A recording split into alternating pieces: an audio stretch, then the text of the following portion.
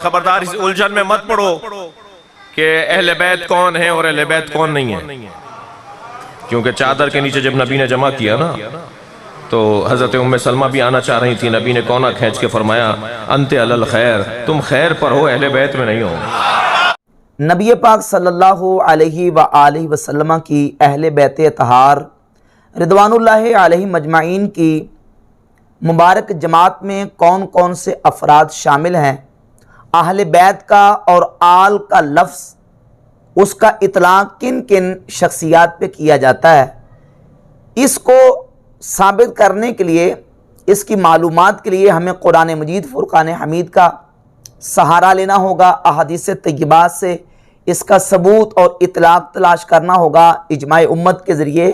اور لغت عرب کے ذریعے کہ عربی لغت میں آل کا یا اہل بیت کا اطلاق اور استعمال کہاں کہاں ہوا ہے۔ جب ہم اہل بیت کی بات کرتے ہیں تو بحمد تعالیٰ اللہ کے فضل و کرم سے اہل سنت و جماعت نبی کریم صلی اللہ علیہ وآلہ وسلم کی جمیع اہل بیت طہار کو دل و جان سے مانتے ہیں، ان کی عزت احترام اور ان کی محبت کو اپنے اوپر فرض سمجھتے ہیں۔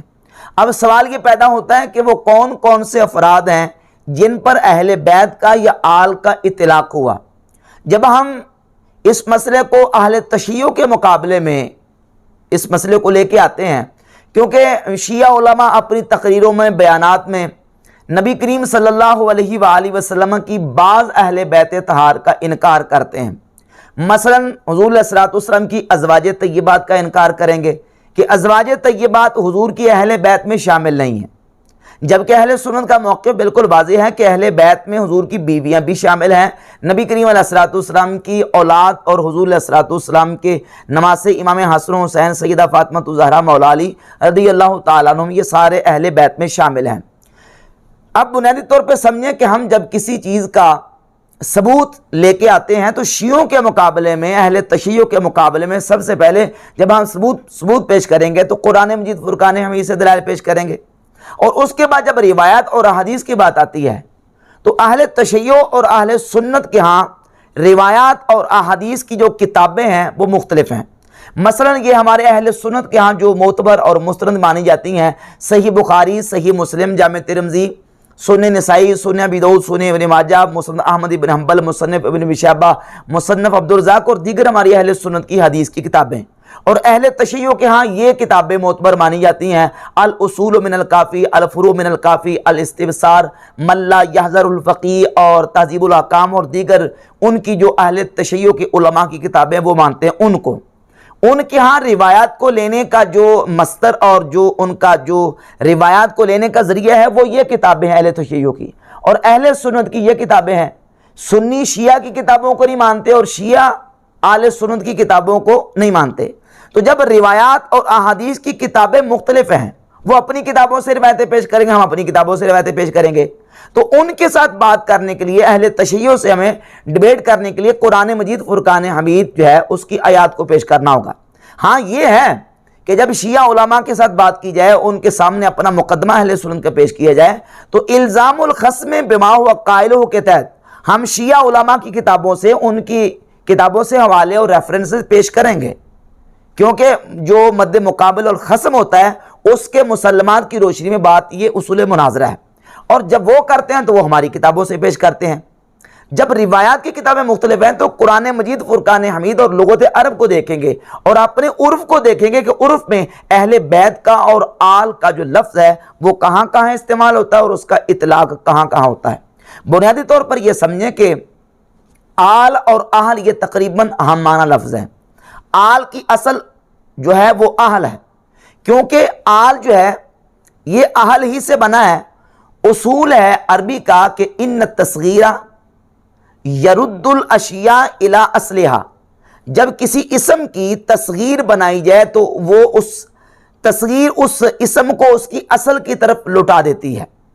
اب ہم لفظ آل کی جب تصغیر بناتے ہیں تو اس کی تصغیر بنتی ہے اوہیل۔ آل کی تصغیر اوہیل ہے، جس سے پتہ چلتا کہ آل کی اصل جو ہے وہ اوہیل یعنی اہل سے یہ لفظ بنا ہے۔ تو آل اور اہل جو ہے یہ مترادف المعنی لفظ استعمال ہوتے ہیں والا کے معنی میں، جس طرح ہم استعمال کرتے ہیں اہل الکتاب، اہل کتاب، اہل لغت، اہل زبان، تو اب معنی کیا ہوتا ہے؟ یعنی وہ جو آسمانی کتابوں کے دعوے دار ہیں اور لغت والے اور زبان والے، اہل لغت، اہل خانہ، اہل بیت، یہ سارے الفاظ اسی معنی میں استعمال ہوتے ہیں، والے یعنی اس کے ساتھ تعلق رکھنے والے۔ قرآن مجید میں آل فرعون کا کئی مقامات پہ ذکر ہوا تو وہاں آل فرعون سے مراد ہے فرعون والے، یعنی فرعون کی جماعت، فرعون کا گروہ، فرعون کو ماننے والے، فرعون کے ساتھ تعلق رکھنے والے۔ جب ہم قرآن مجید فرقان حمید سے اہل بیت کا لفظ اور اس کا استعمال اور اس کا اطلاق دیکھتے ہیں تو قرآن مجید فرقان حمید میں اللہ رب العزت نے اہل بیت کا اطلاق نبی کریم صلی اللہ علیہ وآلہ وسلم کی ازواج مطہرات امہات المومنین پر فرمایا۔ سورۃ الاحزاب کی آیت نمبر 32، 33 اور 34 تینوں آیات آپ پڑھ لیں۔ یہ جو قرآن مجید کی آیت عام طور پہ خطبات میں، بیانات میں پڑھی جاتی ہے، انما یرید اللہ لیذہب عنکم الرجس اہل البیت ویطہرکم تطہیرا، یہ سورہ احزاب کی آیت نمبر 33 کا ایک ٹکڑا ہے، ایک حصہ ہے، اس کا ایک جز ہے۔ اس کے ماقبل اور اس کے ماں بعد، یعنی جس کو سیاق و سباق کہا جاتا ہے، اب ہم اسی آیت کا سیاق و سباق ماقبل اور ماں بعد جب دیکھتے ہیں تو بالکل واضح طور پر یہ آیات طیبات سے ثابت ہوتا ہے کہ ان آیات میں اہل بیت کا اطلاق اللہ رب العزت نے نبی کریم صلی اللہ علیہ وآلہ وسلم کی ازواج طیبات پر فرمایا۔ تینوں آیات میں پڑھ کے ترجمہ کرتا ہوں۔ اعوذ باللہ من الشیطان الرجیم، بسم اللہ الرحمن الرحیم۔ یا نساء النبی لستن کاحد من النساء ان اتقیتن فلا تخضعن بالقول فیطمع الذی فی قلبہ مرض وقلن قولا معروفا۔ اے نبی کی بیویوں، تم اور عورتوں کی طرح نہیں ہو، اگر اللہ سے ڈرو تو بات میں ایسی نرمی نہ کرو کہ دل کا روگی کچھ لالچ کرے، ہاں اچھی بات کہو۔ وَقَرْنَ فِي بُيُوتِكُنَّ وَلَا تَبَرَّجْنَ تَبَرُّجَ الْجَاهِلِيَّةِ الْأُولَى، اور اپنے گھروں میں ٹھہری رہو اور بے پردہ نہ رہو جیسے اگلی جاہلیت کی بے پردگی۔ وَأَقِمْنَ الصَّلَاةَ، اور نماز قائم رکھو۔ وَآتِينَ الزَّكَاةَ، اور زکوٰۃ دو۔ وَأَطِعْنَ اللَّهَ وَرَسُولَهُ، اور اللہ اور اس کے رسول کا حکم مانو۔ انما یرید اللہ لیذہب عنکم الرجس اہل البیت ویطہرکم تطہیرا، اللہ تو یہی چاہتا ہے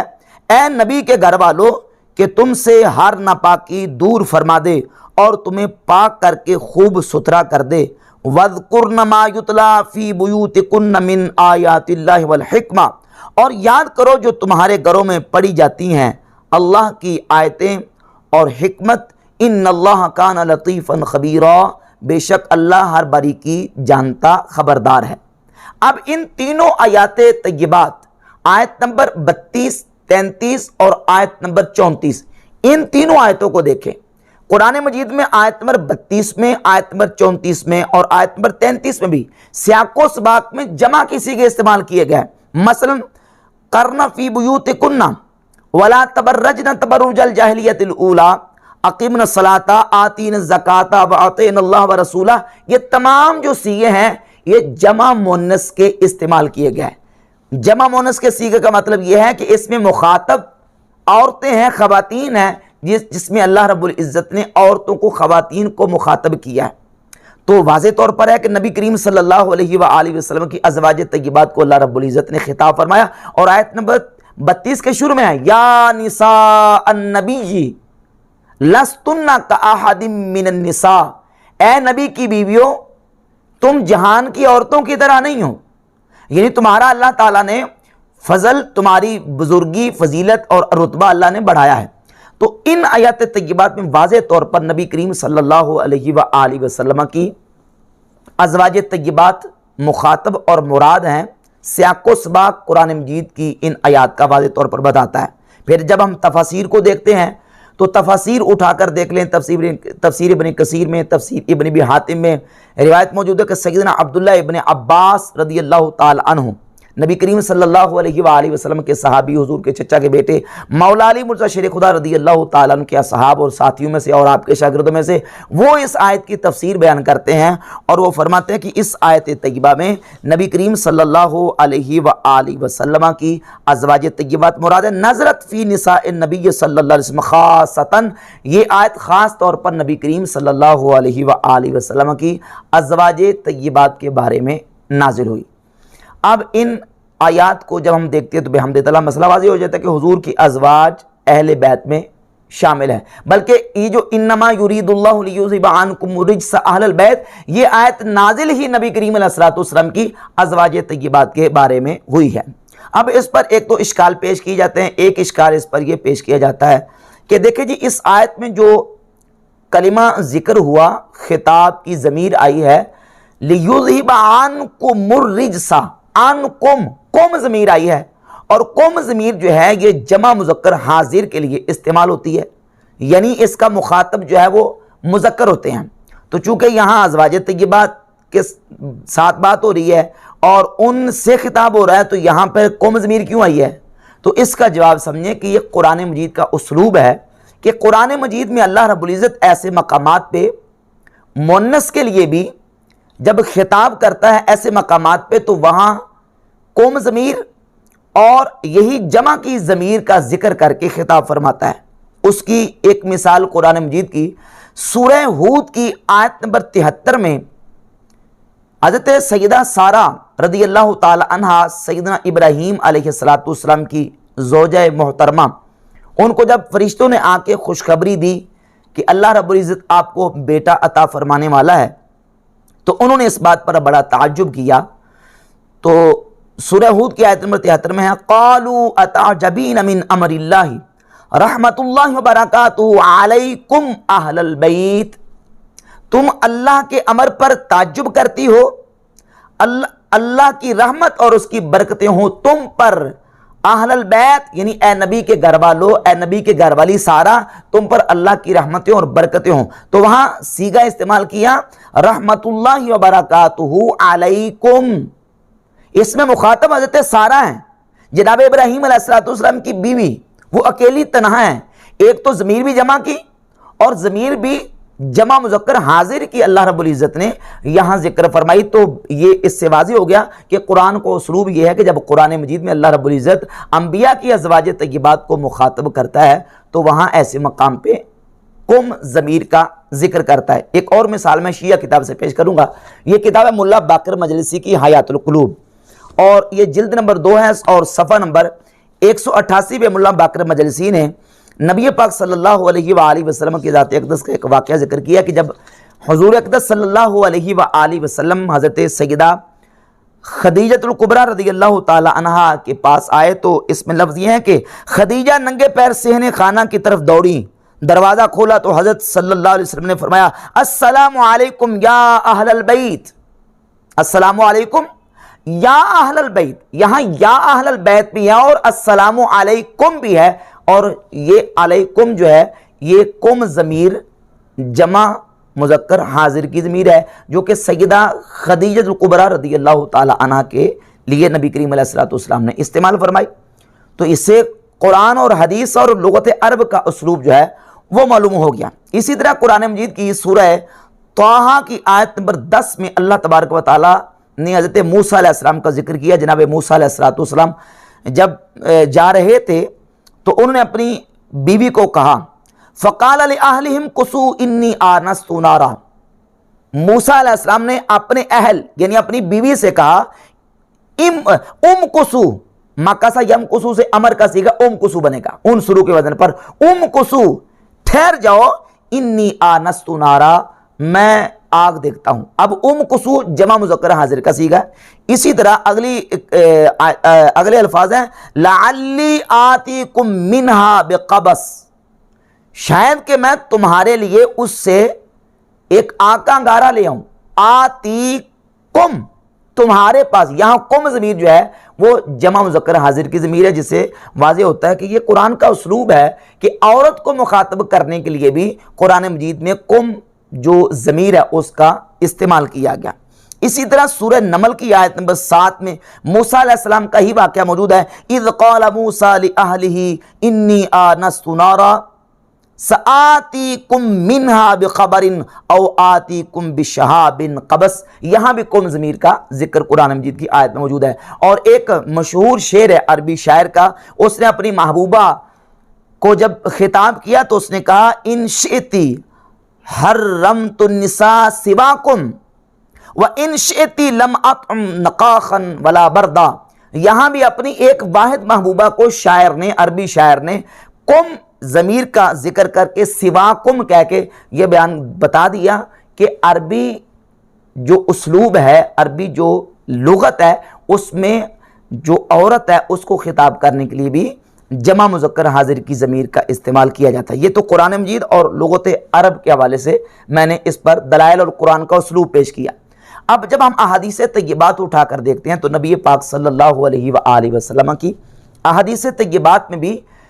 نبی پاک صلی اللہ علیہ وآلہ وسلم نے اپنی ازواج طیبات کے لیے اہل بیت کا کلمہ استعمال کیا. صحیح بخاری میں 2637 نمبر حدیث ہے,